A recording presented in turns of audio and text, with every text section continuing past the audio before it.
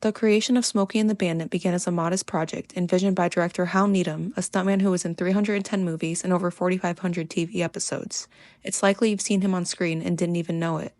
He broke 42 bones in his body and broke his back twice in that time. Initially planned as a $1 million budget B-movie, the first person set to play Bandit was Jerry Reed. Needham had trouble getting it off the ground initially. With only his work as a stuntman, no one seemed to take him seriously. However, the project gained momentum when Needham's friend, Burt Reynolds, signed on to star as the Bandit.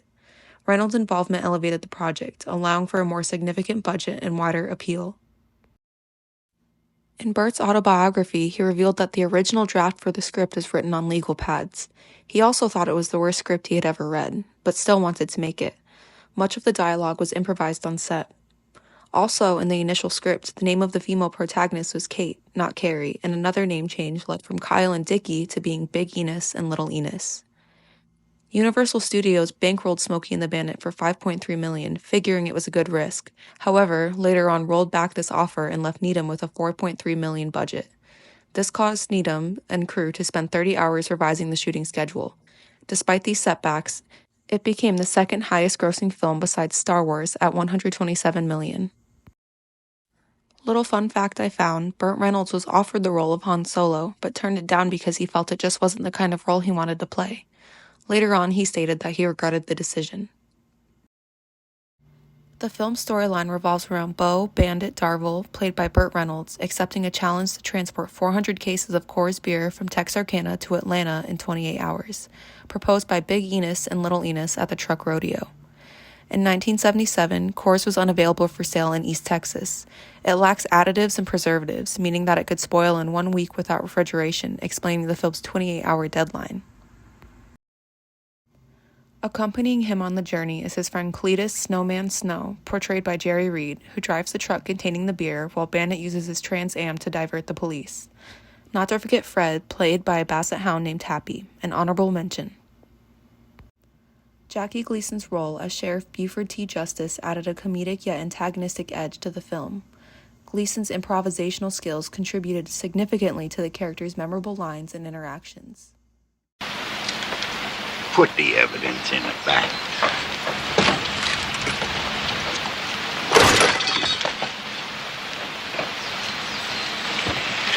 There's no way that you could come from my loins. As soon as I get home, the first thing I'm gonna do is punch your mama in the mouth. An interesting fact about the character Sheriff Buford T. Justice. They used the actual name of a Florida highway patrolman. Reynolds' father had known him from his time as the police chief in Riviera Beach, Florida. It was Jackie Gleason's idea to have Junior Justice at his side, added a solid sounding board for Gleason's comedy to shine. The scene where Smokey unknowingly encounters the Bandit at the Choke and Puke was also his idea, a legendary scene in my opinion. Sally Field played Carrie, a runaway bride who joins the Bandit in his escapade. She just so happens to have been engaged to Junior Justice, which adds a little twist into the mix as Smokey begins pursuing the Bandit. While the Sheriff and Junior Justice are in pursuit of the Bandit, they're also after Junior's runaway bride. The chemistry between Sally and Burt was palpable on and off screen. As their characters gallivanted down the highways, the pair fell in love on set. It was love at first sight. As soon as we got in the car, I thought, this girl is for me. We'd known each other about 4 days at that point. It was instantaneous. 4 days felt like 4 years. You can see it in our faces. We were deeply entangled. The nature of it wasn't just, oh, this is a love affair. He was incredibly charming, adored at the time for being who he was, a funny, self-deprecating good old boy, a normal guy on a big ride and getting one hell of a kick out of it. Sally and I seemed to click on many different levels. There seemed to be no limit to how much we had in common. That discovery was intoxicating. Unfortunately, they could never get it together enough to marry and officially broke up after the filming of Smokey and the Bandit 2. Smokey and the Bandit featured daring stunts right up former stuntman Needham's alley. His team of stuntmen performed most of the stunts on screen. When Needham saw an advertisement for the soon-to-be-released 1977 Trans Am, he instantly knew this would be the Bandit's ride. He viewed the Trans Am as its own character in the movie. Interestingly enough, the Trans Ams on film were 1976 models with 1977 front ends. They used 3 Trans Ams in this film, all donated by Pontiac Motors. After filming, all 3 were crushed to avoid any liability problems. GM executives were required to be witness to the crushing.